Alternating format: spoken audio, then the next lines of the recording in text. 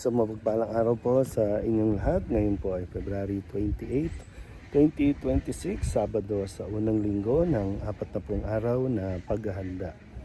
Ang ating pong unang pagbasa at pagninilay sa araw na ito ay hinango mula sa aklat ng Deuteronomio chapter 26 verses 16 to 19. Sinabi ni Moises sa mga tao, "Ngayon ay ibinigay nga sa inyo ng Panginoon ang mga tuntuning ito. Sundin ninyo ito ng buong puso at kaluluwa. Ipinahayag ninyo ngayon na ang Panginoon ang inyong Diyos. Lalakad kayo ayon sa kanyang daan. Susundin ang kanyang mga tuntunin at didinggin ang kanyang mga tinig. Ipinahayag naman niya sa inyo na kayo ay kanyang bayan, tulad ng kanyang pangako, at dapat ninyong sundin ang kanyang mga tuntunin.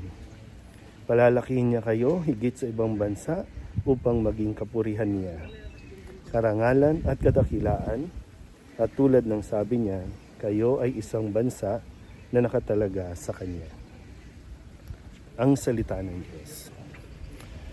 Muli po, isang mapagpalang araw sa inyo pong lahat. Sabado ngayon at huling araw para sa ating unang linggo ng Kwaresma. Nakalagpas na tayo sa unang linggong ito. Nawa, patuloy natin na sariwain ang ating pong kumbaga, kasi panahon ng Kwaresma, tayo po ay magpipinitensya, gagawa ng sakripisyo.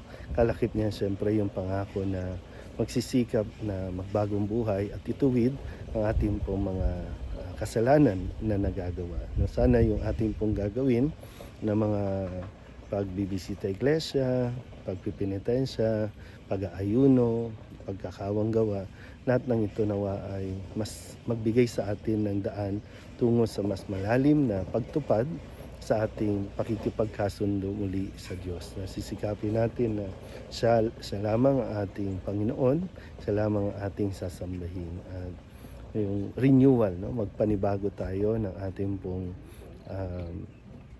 pakikipag-ugnayan sa ating Panginoon na siya naman talaga ang nanatiling at mananatiling tapat sa kanyang pangako, sa kanyang bayan, sa bawat isa sa atin na nagsisikap din na tuparin ang lahat ng kanyang mga kautusan.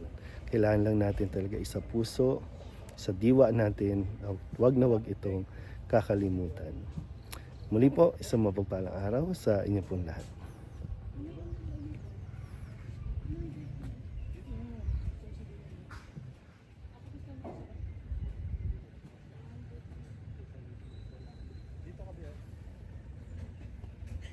May nakal.